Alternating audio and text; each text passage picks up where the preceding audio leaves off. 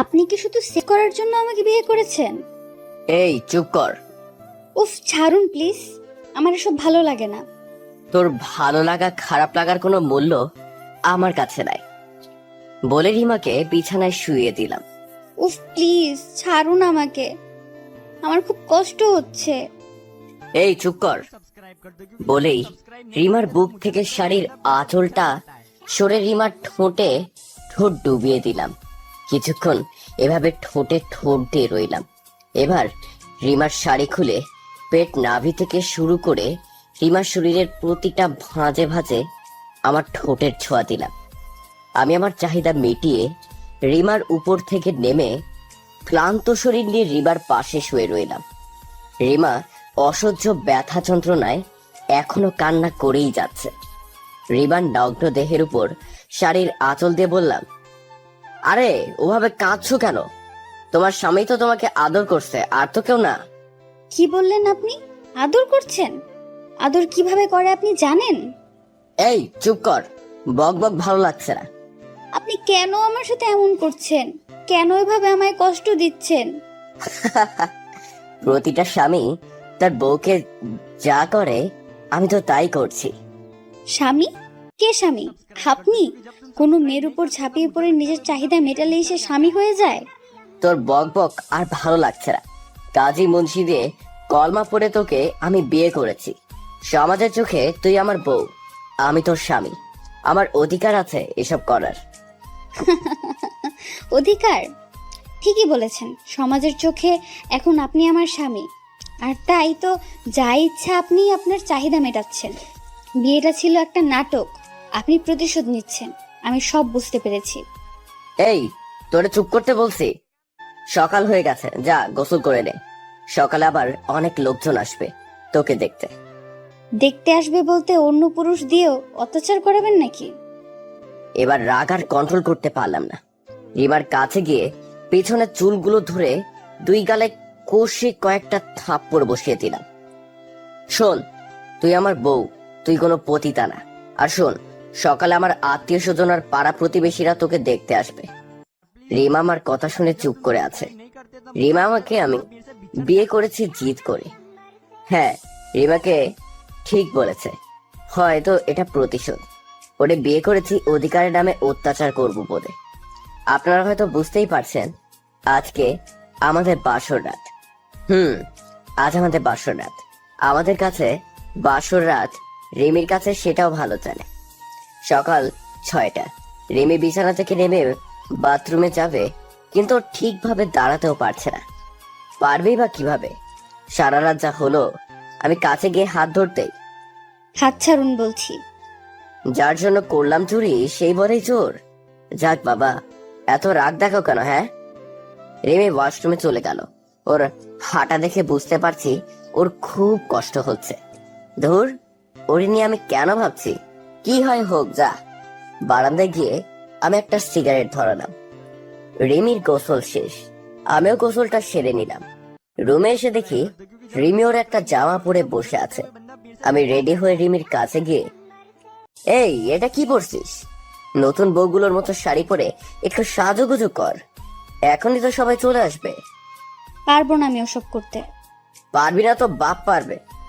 দেখেন, আমার বাবাকে নিয়ে কিছু বলবেন না। রিমির কাছে গিয়ে আবারও চুলের মুঠিগুলো ধরে এক হাত দিয়ে গাল দুটো চাপ দিয়ে ধরে, তোর বাবাকে কিছু বললে তোর গা জ্বলে তাই না? আর তোর কারণে যে আমার বাবা। আমার কারণে আপনার বাবা কি? তোরে যা বলছি তাই কর, সবাই অলরেডি চলে আসছে। তারপর উপরে গিয়ে, এ কি, এখনো রেডি হোস না কেন? কি হলো, আবার কথা কি শুনতে পাচ্ছিস না? রিমার কাছে গিয়েও চুলগুলো ধরে, শোন, তোর বাবা মা বোন সবাই এসেছে। এই কথা বলতেই রিমা দ্রুত বাহিরে যেতে লাগলো। আমি ওর হাতটা ধরে, কি ভাবছিস? এই অবস্থায় গিয়ে তোর দেখি বাবা মা বোনকে বুঝাইবি তুই কতটা কষ্টে আছিস। প্রতিটা বাবা মা চায় তার মেয়ে যেন স্বামীর কাছে সুখে থাকে। তুই এই অবস্থায় গেলে তোর বাবা মা বুঝে যাবে তুই ভালো নেই, তখন তারা কষ্ট পাবে। আশা করি তুই তোর বাবা মাকে কষ্ট দিবি না। দ্রুত রেডি হয়ে নিচে চলে আস। রিমির বাবা মাকে দেখে সালাম দিলাম। আজ তোমার বাবা বেঁচে থাকলে অনেক খুশি হতো। বাবার কথা বলতেই আমার চোখ দিয়ে পানি টপ টপ করে পড়ছে। রিমার মা আমার কাছে এসে, এই দেখো, পাগল ছেলে কাঁদছে। আমরা কেউ চিরকাল বেঁচে থাকবো না বাবা, কাঁদো না বাবা, আমরা তো আছি। বাবার মা নাই তো কি হয়েছে, আমি তো তোমার মার মতো। আমি কিন্তু তোমাকে নিজের ছেলের মতোই ভাবি। সত্যি বলতে রিমার বাবা মা অনেক ভালো মানুষ। রিমার বাবা আমাকে বুকে জড়িয়ে ধরে, আজকে খুশির দিনে কাঁদতে নেই। রিমার মা যদি তোমার মার মতো হয় তাহলে আমি কিন্তু তোমার বাবার মতো। কেঁদো না বাবা। অনেকে বলবেন বিয়ের পরের দিনে কেমন মেয়ের বাবা মা আসে ভাই। আসলে আমাদের এদিকে বিয়ের পরের দিনেই মেয়ে বাড়ির পক্ষ থেকে কিছু লোক এসে মেয়েকে এবং মেয়ের জামাইকে এসে নিয়ে যায়। সেটা মেয়ের বাবা মা, বোন, চাচা চাচি যে কেউ আসতে পারে। বাবা মার কথা আজ খুব মনে পড়ছে। যে মানুষটা এত খারাপ, সে মানুষটা বাবাকে জড়িয়ে কাঁদছে। এটা আমি স্বপ্ন দেখছি না তো? কি রে মা, কেমন আছিস? রিমা বুকে ব্যথা, চোখে জল নিয়ে বলল, অনেক ভালো আছি রে। রিমা যদি সত্যিটা বলে দেয় ও কেমন আছে, তাহলে হয়তো বাবা মা বোন কষ্ট পাবে। এটা ভেবেই রিমা সত্যিটা লুকিয়ে সবার সাথে হাসি খুশি ভাবে কথা বলছে। রিমা মা, তোর চোখে জল কেন? তোমাদের কথা খুব মনে পড়ছিল বাবা, তাই। আমি রিমার পাশে গিয়ে দাঁড়াতেই রিমা সরে গেল। রাগ আমার 360 ডিগ্রিতে উঠে গেছে। আবারও রিমার পাশে গিয়ে রিমার হাতটা ধরে হাতটা চেপে ধরলাম। আমি বুঝতে পারছি ও হাতে ব্যথা পাচ্ছে। রিমা আমার কানের কাছে মুখটা এনে, হাতটা ছাড়ুন, আমার ব্যথা লাগছে। আমি চুপ করে থাকি। দুপুর গড়িয়ে বিকেল হলে আমি আর রিমা রিমার বাবা মার সাথে ওদের বাড়িতে যাই। ওদের বাড়িতে যাওয়ার পর রুমে শুধু রিমা আর আমি। একটা সত্যি কথা বলবেন? কি বলবি বল। আপনি তো আমার বাড়িতে বিয়ের প্রস্তাব দিয়েছেন, তবে আমার সাথে কেন এমন করেন আপনি? আমি তো বিয়েতে রাজি ছিলাম না। আপনি তো এটাও জানেন বিয়ের আগে থেকে আমি আপনাকে সহ্য করি না, শুধু বাবা মার কথায় রাজি হয়েছি। আপনি আমার সাথে কেন এমন করেন? কি হলো বলেন? সাহস কত আমার দিলে আঙ্গুল তুলে কথা বলে। আবারও পিছনে চুলগুলো ধরে, গলার আওয়াজ কম কর, আর তোর প্রশ্নের উত্তর দিতে আমি বাধ্য নই। এমন সময় দিয়ার রুমে আসলো। দিয়া আসার আগেই চুলগুলো ছেড়ে দিয়ে স্বাভাবিক হয়ে বসলাম। তারপর, আমি আর আপনার বাড়িতে যাব না। তোকে বিয়ে দিছে কি তোর বাবা মা তোকে কাছে রাখার জন্য? আমি সবকিছু বলে দেব বাবা মাকে। তুই ভুলে গেছিস তোর বাবা হার্টের রোগী। সত্যিটা শোনার পর সে যদি রিমা এবার কাঁদতে কাঁদতে, আপনি কেন এমন করছেন? কি অপরাধ আমার? আমি তো আপনাকে বিয়ে করতে চাই নাই, তবে কেন এমন করেন আপনি? রাত 10টা, ডিনার করে ঘুমোতে গেলাম। টিয়া রিমা পাশের রুমে ঘুমাচ্ছে। বাইরে কিছু একটা আওয়াজ শুনে পেলাম। বাইরে গিয়ে দেখি রিমা বারান্দায় দাঁড়িয়ে আছে। এই এত রাতে এখানে কি করিস? এটা আমার বাড়ি, আপনার না, তাই এখানে আমি যেভাবে ইচ্ছা সেভাবেই চলবো। আমি যেভাবে চলতে বলবো ঠিক সেভাবেই তুই চলবি, কারণ তুই আমার বিয়ে করাবো। ঠিকই বলেছেন, আমি আপনার বউ, তবে সেটা শুধু আপনার রাতের চাহিদা মেটানোর জন্য, তাই না? তুই যা মনে করিস তাই। সকালে রেডি থাকিস, সকালে তো নিয়ে যাব বাড়িতে। যদি না যাই? এই মাঝরাতে মাথাটা দিল খারাপ করে, তাই কাছে গিয়ে চুলগুলো ধরে তোকে জোর করে নিয়ে যাব। কারো ক্ষমতা নেই আমাকে আটকে রাখার, কারণ তুই আমার বউ। আমার অধিকার আমি সব জায়গায় প্রয়োগ করতে পারবো। উফ, লাগছে আমার, ছাড়ুন। যা গিয়ে ঘুমা। রেমা কাঁদতে কাঁদতে রুমে গেল। বাবার কথা খুব মনে পড়ছে। জন্মের পর মাকে দেখি নাই, বাবাই আমার সব ছিল। বাবাকেও হারালাম। এই পৃথিবীতে আপন বলতে কেউ নাই আমার। রুমে গিয়ে বিছানায় গা দিতেই কখন যে ঘুমাইছি জানি না। সকাল 7টা, রেমা এসে ডাকছে, এই যে আপনার চা। এভাবে কেউ স্বামীকে ডাকে? একটু আদর করে ডাকতে পারিস না? এই উঠো, তোমার চা ঠান্ডা হয়ে গেল। চা নেবেন না ফালায় দেব? আমার কোনো ইচ্ছা ছিল না আপনাকে চা দেওয়ার, মা বললো তাই নিয়ে আসলাম। ও আচ্ছা, চাটা নিয়ে ফেলাই দিলাম। যা, এবার তুই নিজ হাতে চা বানিয়ে নিয়ে আয়। পারবো না। কি বললি? পারবো না চা বানাতে। সকাল সকাল রাগ আমার 360 ডিগ্রিতে আবারও উঠে গেল। বিছানা থেকে ডাইমা রিমার একটা হাত বাঁকা করে পিছনে ধরে, কি রে পারবি না? না। এবার হাতটা মুচড়ে ধরে, পারবি না? উফ, খুব ব্যথা লাগছে, ছাড়ুন প্লিজ। এবার হাতটা ছাড়লাম। শোন, তোর হাতের চা খাওয়ায় আমার অধিকার আছে বুঝলি। হাতে খুব ব্যথা পেয়েছে, তাই কান্নার আওয়াজ না হলেও ওর চোখ দিয়ে টপ টপ করে পানি ছড়ছে। তারপর রিমা রুম থেকে বাহির হয়ে গেল। আমিও চলে গেলাম ওয়াশরুমে। ওয়াশরুম থেকে বাহির হয়ে দেখি রিমা চা নিয়ে দাঁড়িয়ে আছে। এই, তোর চা কে খাবে? আপনি তো বললেন চা বানিয়ে আনতে। ও আচ্ছা, তাই নিজ হাতে চা বানিয়ে আনলে? হ্যাঁ, কারণ আপনার অধিকারের নামে অত্যাচার আমার সহ্য হয় না। তারপর নাস্তার টেবিলে রিমার দিকে তাকালাম। রিমা মাথা নিচু করে রুটিগুলো ছিঁড়ে যাচ্ছে, কিন্তু খাচ্ছে না।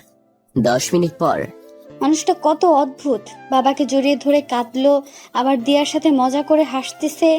তাহলে আমার সাথে এত খারাপ ব্যবহার করে কেন? মানলাম বিয়ের আগে আমি তার প্রপোজ একসেপ্ট করি নাই, তার বাবাকেও অপমান করেছি, সবশেষে তো আমি ওনার বউ হয়েছি। তারপরও আমার সাথে কেন এমন করে? কিসের রাগ আমার উপর? মানুষের জীবনে তো বিয়ে একবারই হয়, তবে কেন আমি এই মানুষটাকে স্বামী হিসেবে মেনে নিতে পারছি না? রিমা কি এমন ভাবছে বুঝতেছি না, নাকি আমার সাথে না যাওয়ার প্ল্যান করতেছে। যদি খারাপ মানুষটার সাথে আমি না যাই, তাহলে বাবা মা আমাকে প্রশ্ন করবে, কেন যাবি না? উত্তরে আমি কি বলবো? তুমি যতই প্ল্যান করো, আমি তোকে নিয়েই যাব। বাবা, আজকেই চলে যাবা? মা, আজকেই যাব। জানেন তো, বাবা মারা যাওয়ার পর বাবার ব্যবসার সবকিছু আমাকে দেখতে হচ্ছে। রিমার বাবা বলল বিয়ের কিছুদিন আগে নাকি তোমার বাবা মারা গেছে। 15/7/2020 তারিখে বাবা সন্ধ্যায় মারা গেছে। এ কি, এই তারিখেই তো ওনার বাবা আমার সাথে রাস্তায় কথা বলেছে। ওনার সাথে আমার সেই দিন খারাপ ব্যবহার করা ঠিক হয় নাই। আর আমি কি জানতাম নাকি সেদিন উনি মারা যাবে? কি রে রিমা, তুই কি কিছু ভাবতেছিস নাকি? না মা। তা বাবা, এখনই যাবা? কিছুই তো খাওয়া হলো না। হ্যাঁ মা, এখনই যাব। আর খাওয়ার কথা বলছেন, আবার যখনই মার কথা মনে পড়বে তখনই আপনার কাছে আসব। রিমাও জানবে না। ঠিক আছে বাবা, রিমাকেও নিয়ে যাও।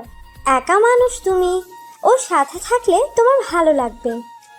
মা, ও যদি আজ না যেতে যায় তো থাক কিছুদিন।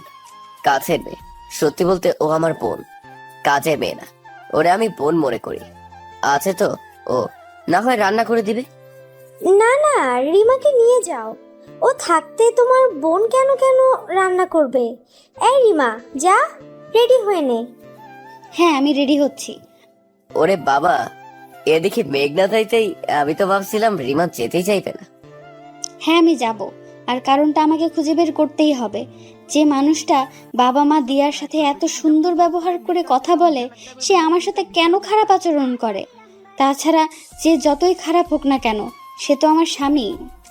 তারপর খাওয়া দাওয়া করে রিমাকে নিয়ে বাড়িতে আসলাম। তারপর, কি রে ঝুমা, একা একা খুব খারাপ লাগছিল তোর, তাই না? কাজের মেয়ে বললে ভুল হবে, আমি ওরে আমার নিজের বোন ভাবি। ভাইয়া, খুব খারাপ লাগছিল। তোকে যে বললাম চল, আমাদের সাথে গেলি না তো। আচ্ছা ভাইয়া, আমি চা করে আনি। এই দাঁড়া, তুই কেন চা বানাবি? তুই যা ঘুমা, এখন তো তোর ভাবি আছে, তাই না? আচ্ছা, ভাবি কি ভাইয়া আমাকে ভুলে গেলা?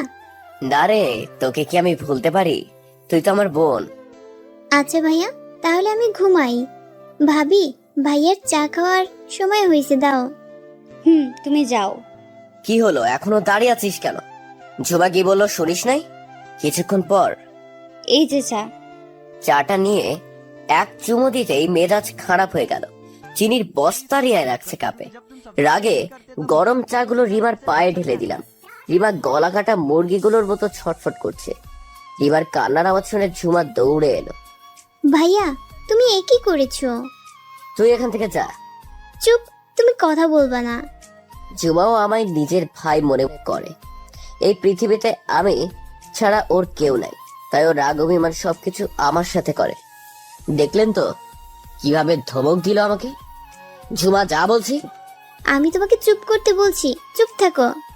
ঝুমার বয়স 14 বছর, ও ক্লাস 8-এ পড়ে। ঝুমা আমাকে ধমক দিয়ে রিমাকে ওর রুমে নিয়ে গেল। ভাবি এখানে বসো, আমি মলম নিয়ে আসি। মলম লাগাতে লাগাতে ঝুমা বলল, ভাবি ভাই তোমার সাথে এরকম করে কেন? জানি না রে বোন, কিছু ঘন্টা আগে আমি ওনাকে স্বামী মানতে পারি নাই, কিন্তু এখন আমি তাকে মন থেকে স্বামী মানি। বিয়ের আগে আমাকে উনি প্রপোজ করেছিল, আমি তখন ওনার সাথে অনেক খারাপ আচরণ করেছি।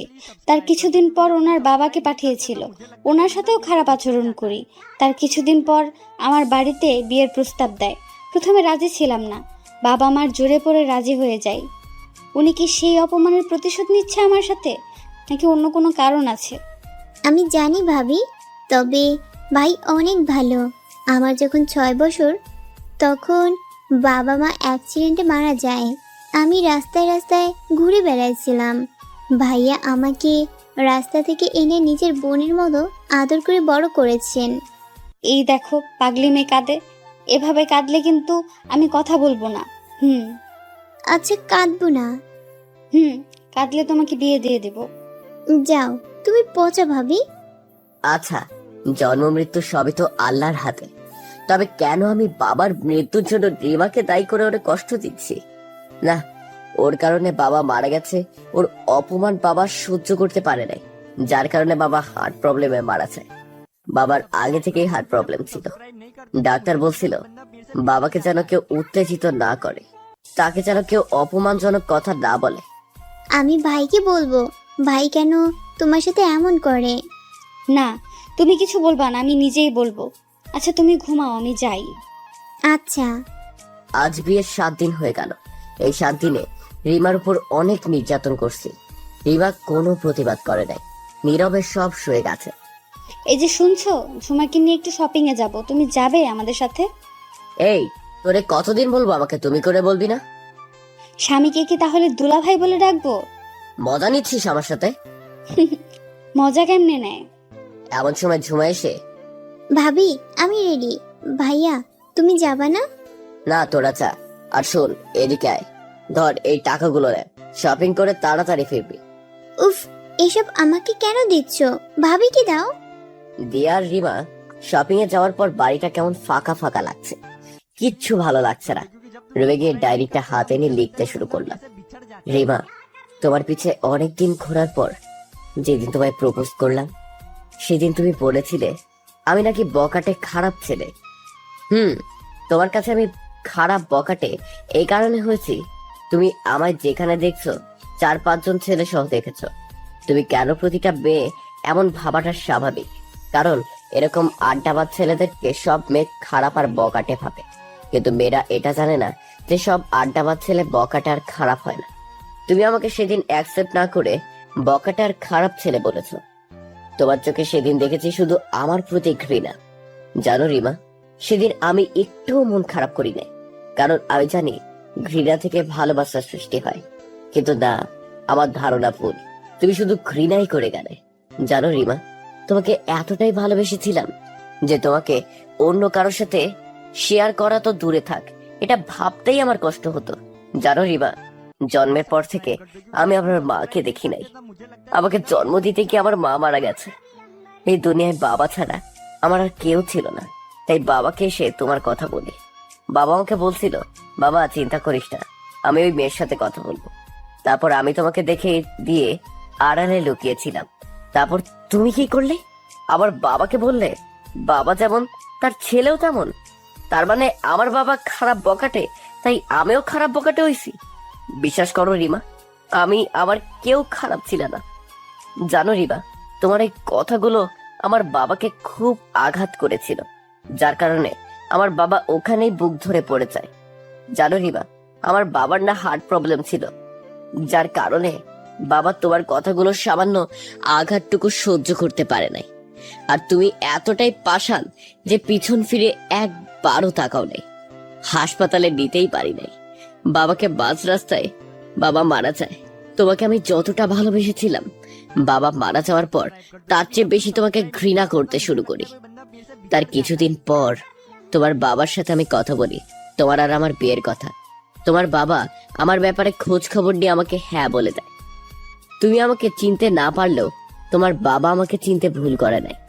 আর আমি এটাও জানতাম তুমি তোমার বাবা মার কথা ফেলতে পারবে না। কিন্তু তোমার বাবা জানতো না তোমাকে বিয়ে করতেছি শুধু অধিকারের নামে অত্যাচার করার জন্য।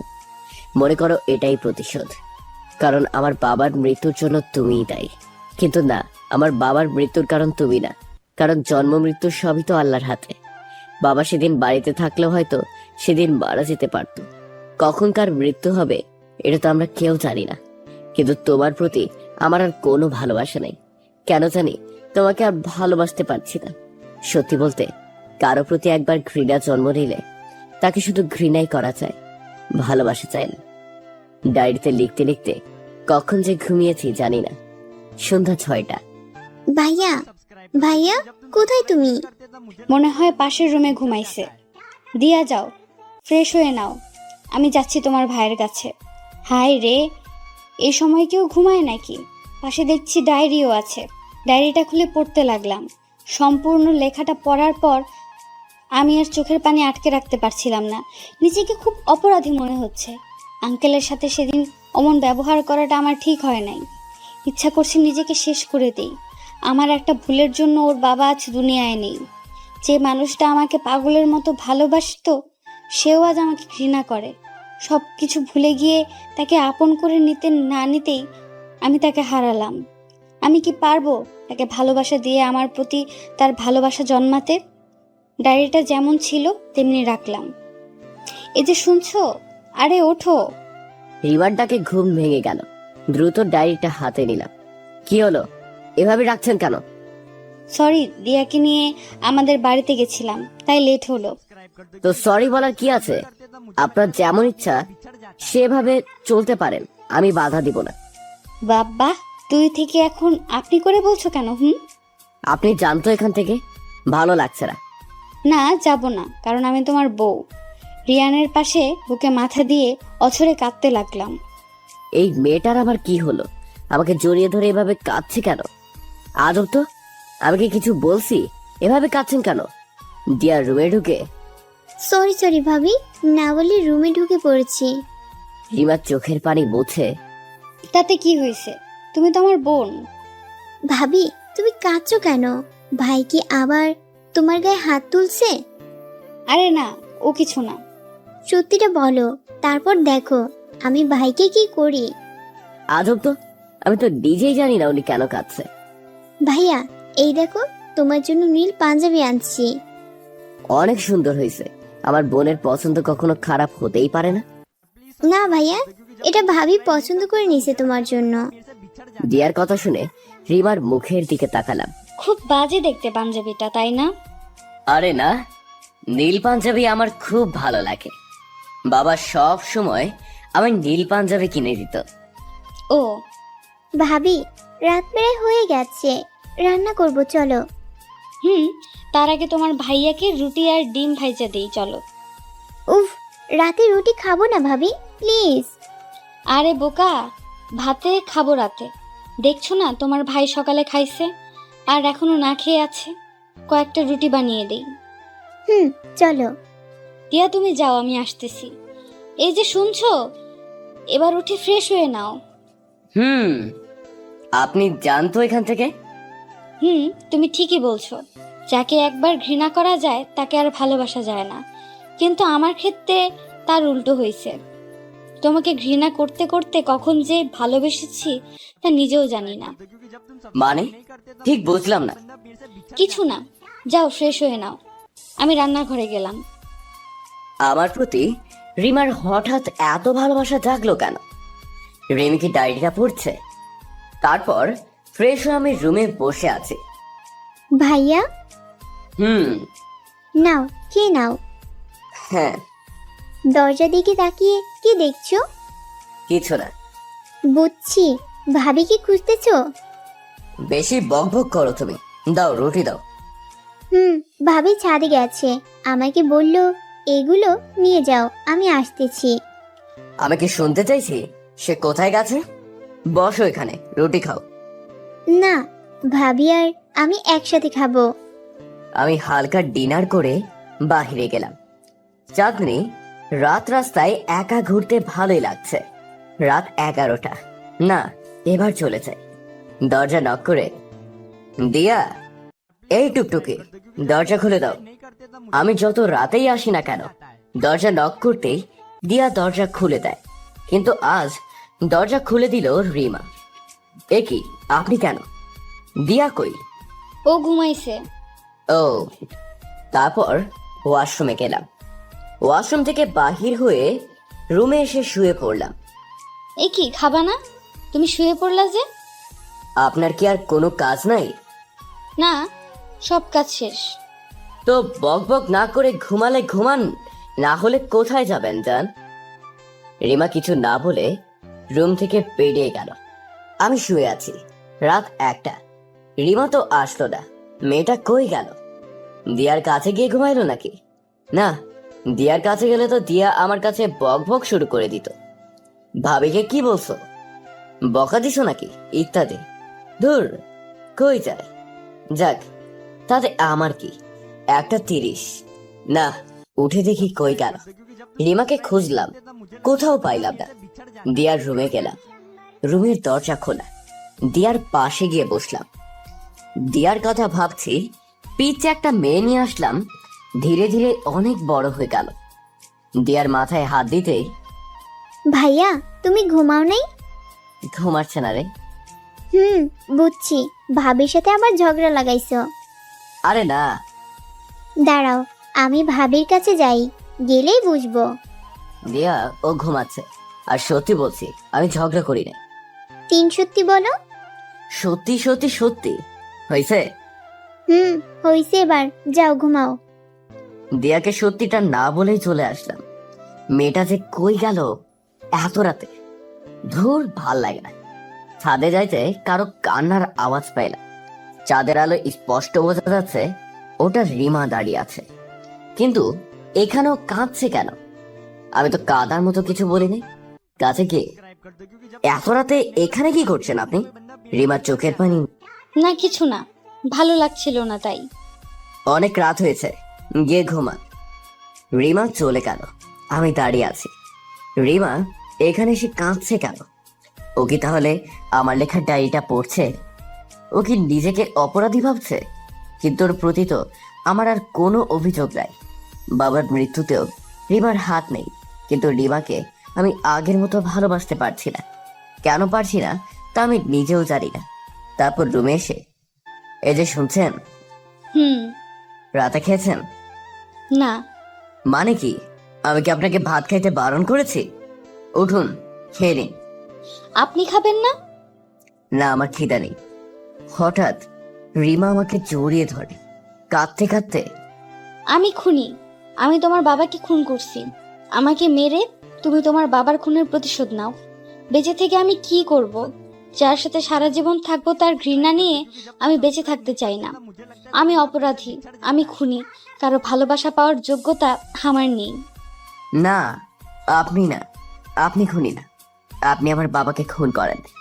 কারণ কখন মৃত্যু হবে এটা তো আমরা কেউ জানি না। একটা সময় আপনাকে খুনি ভাবতাম, সেটা ছিল আমার ভুল। আমার বাবার মৃত্যুর জন্য আমি আপনাকে দায়ী করছি না। পারলে আমাকে মাফ করে দিন। বিয়ের নামে নাটক করার জন্য আপনি ডিভোর্স চাইলে আমি দিয়ে দিব, আমার কোনো আপত্তি নাই। হ্যাঁ, একটা সময় ভালোবাসতাম, কিন্তু এখন কেন জানি আগের মতো করে আপনাকে ভালোবাসতে পারছি না। আর যাকে ভালোবাসতে পারবো না তার সাথে কিভাবে সংসার করব বলেন? আপনি কেন আমার অবহেলা সহ্য করবেন? তার চেয়ে ভালো হবে আমাকে তালাক দিলে। রিমা কাঁদতে কাঁদতে, দয়া করে আমাকে তাড়িয়ে দিও না। আমি তোমার বাড়িতে দাসী হয়ে থাকবো, তারপরও আমাকে তাড়িয়ে দিও না। মেয়েদের বিয়ে একবারই হয়। ঘৃণা থেকে যদি আমি তোমাকে ভালোবাসতে পারি, তবে তুমি কেন পারছো না আমাকে ভালোবাসতে? যাকে দেখার জন্য ঘন্টার পর ঘন্টা রোদে দাঁড়িয়েছিলে, সে আজ এত কাছে থেকেও কেন তার দিকে তাকাচ্ছ না? এত অভিমান তোমার? দিয়া দরজার পাশে দাঁড়িয়ে আমার কথাগুলো শুনছিল। দিয়ার চোখের পানি ছলছল করছে। দিয়া, তুমি এখনো ঘুমাও নাই? দিয়া কাঁদতে কাঁদতে রিমাকে জড়িয়ে ধরে। ভাইয়া, ভাবিকে তাড়িয়ে দিও না। ভাবি খুব ভালো, ভাবি তোমাকে অনেক ভালোবাসে। ভাইয়া, যখন বুঝতেই পারছো ভাবি বাবার মৃত্যুর কারণ না, তবে কেন ভাবিকে তাড়িয়ে দিতে চাইছো? ভাবিকে তো তুমি খুব ভালোবাসতে। এত অভিমান ভাইয়া তোমার? আমি ভাবিকে কোথাও যেতে দিব না। রিমার দিয়া দুজন জড়িয়ে ধরে কাঁদছে। আমি কি বলবো বুঝতে পারছি না। রিমা চোখের পানি মুছে, দিয়া আমি কোথাও যাব না, এখানেই থাকবো। আমি তোমাকে কোথাও যেতে দিব না ভাবি। দিয়া আমার কাছে এসে, ও ভাইয়া, তুমি তো আমাকে রাস্তা থেকে তুলে এনে বাড়িতে জায়গা দিছো, ভাইয়ার ভালোবাসা দিছো, তবে কেন বিয়ে করা বউকে তুমি তাড়িয়ে দিচ্ছ? আমি তো তোমার রক্তের কেউ না, ভাবি তো বিয়ে করা বউ। ভাইয়া, তুমি ভাবির সাথে অভিমান করেছো। এই অভিমান আর রাগের দেয়ালটা যখন ভেঙে যাবে, তখন তুমি ভাবিকে দেখার জন্য ছটফট করবে। প্লিজ ভাইয়া, ভাবিকে তাড়িয়ে দিও না। দিয়ার হাতটা ধরে বুকে জড়িয়ে ধরে, কে বলছে তুমি আমার কেউ না? আরে তুমি তো আমার বোন, আমার কলিজা। আর রিমা এই বাড়িতেই থাকবে। ভাইয়া, তুমি খুব ভালো। তুমি তার চেয়েও বেশি ভালো। দিয়া রিমার হাতটা ধরে আমার হাতে দিয়ে, কখনো যদি কেউ কাউকে ছেড়ে দাও, তাহলে আমি তোমাদের ছেড়ে অনেক দূরে চলে যাব। দিয়া যাও ঘুমাও। আচ্ছা ভাইয়া, ভাবি সকাল থেকে কিছুই খায়নি। দাঁড়াও, আমি খাবার আনছি। দে একটু পর আমাদের মানে রিমার আমার জন্য ভাত তরকারি নিয়ে আসলো। ভাইয়া, ভাবি বসো। তুমি খাবা না দিয়া? না, কেন? পেট ভরা তাই। যাও তাহলে, আমিও খাবো না। উফ, বুঝি না, আমার পেট ভরা। আচ্ছা দাও, আমার মুখে দাও। তারপর আমি দিয়াকে ভাত খাইয়ে দিলাম। রিমা চুপচাপ বসে আছে। বুঝছি, ভাবি অভিমান করেছে, আমাকে খাইয়ে দিচ্ছ, ভাবিকে খাইয়ে দাও না তাই। ভাইয়া, ভাবিকে খাইয়ে দাও। না মানে বলছিলাম কি, বুঝেছি। ভাইয়া, আমি ঘুমাতে গেলাম। দিয়া ঘুমাতে গেল। রিমা মাথা নিচু করে বসে আছে। কি হলো, আপনি খাচ্ছেন না যে? আমার খিদে নেই। বুঝতে পারছি, রিমাকেও খাইয়ে দিতে হবে, কিন্তু কি আর করার। রিমার পাশে গিয়ে বসে, খিদে নাই বললেই হলো নাকি? দেখি হা করেন। রিমার মুখে ভাত তুলে দিচ্ছি। রিমা চোখের পানি মুছছে আর ভাত খাচ্ছে। আমি কি বলবো ঠিক বুঝতে পারছি না। তুমি খাবে না? না, আপনি খান। রিমা নিজ হাতে আমাকে খাইয়ে দেওয়ার জন্য হাতে ভাত নিয়ে আমার মুখে দিল। ইচ্ছা না থাকার পরও রিমার হাতে ভাত খাচ্ছি। খাওয়া দাওয়া শেষ, আমি বিছানায় গিয়ে শুয়ে পড়লাম। একটু পর রিমা এসে আমার পাশে শুয়ে পড়লো। দিয়া তো ঠিকই বলছে, রিমাকে আমি ভালোবাসতাম, আর রিমা তো বাবার খুনি না, আর রিমা এখন আমার বউ। এসব ভাবতেই রিমা আমাকে জড়িয়ে ধরলো। একটু পর রিমা আমার বুকে মাথা দিয়ে আমাকে জড়িয়ে ধরে চোখ বন্ধ করলো। আমি চুপচাপ শুয়ে আছি। একটু পর তাকিয়ে দেখি রিমা আমাকে জড়িয়ে ধরে ঘুমিয়ে গেছে। আমিও কখন ঘুমিয়ে গেছি জানি না। দরজা নক করে ডাকছে। দিয়ার ডাকে আমার ঘুম ভাঙে। জেগে দেখি রিমা এখনো আমার বুকেই আছে। রিমাকে আস্তে করে বালিশে শুয়ে দিয়ে এসে দরজা খুললাম। গুড মর্নিং ভাইয়া। গুড মর্নিং পেতনি। তুমি পেতনির ভাই। ভাবি কি ঘুমাচ্ছে? আচ্ছা থাক, ডাকিও না, আমি নাস্তা বানিয়ে দিচ্ছি। তাড়াতাড়ি করো আপু, অনেকদিন দোকানে যাই না। কাজের ছেলেটা যে একা একা করলো কি জানি না। আচ্ছা। নাস্তাকে আমি দোকানে গেলাম। দুপুর 12টা, কিচ্ছু ভালো লাগছে না, তাই বাড়িতে চলে আসলাম। রুমে ঢুকতেই ওয়াশরুম থেকে ও মাগো বলে একটা চিৎকারের আওয়াজ পাইলাম।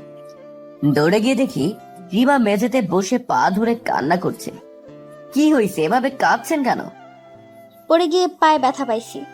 ও মা গো, আমার পা গেল।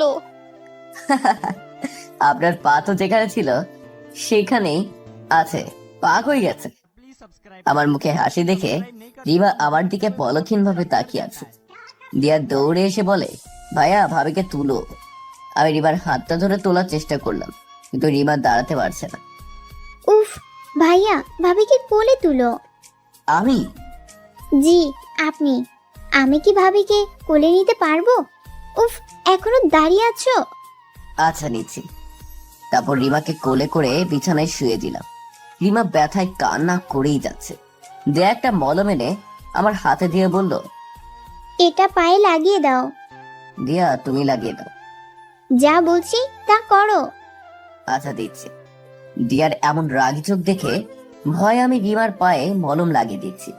দিয়া রিমার মাথাটা কোলে দিয়ে মাথার চুলগুলো মেলে দিচ্ছে একটু পর। ভাইয়া, ভাবির কাছে থাকো, আমি রান্না করব গিয়ে। আচ্ছা। দিয়া চলে যাওয়ার পর রিমা কষ্ট করে উঠে বসলো। এই উঠছেন কেন? শুয়ে থাকুন। কেন, বসলে কি হবে? আপনার কষ্ট হবে দেখছেন না, পা ফুলে গেছে। কষ্ট তো আমি পাবো, তুমি তো পাবে না। কে বলছে? কষ্ট আমিও পাচ্ছি। কি? না মানে, রিমা এবার আমার কাছে এসে আমার কাঁধে মাথা দিয়ে, থাক, আর মানে মানে করতে হবে না।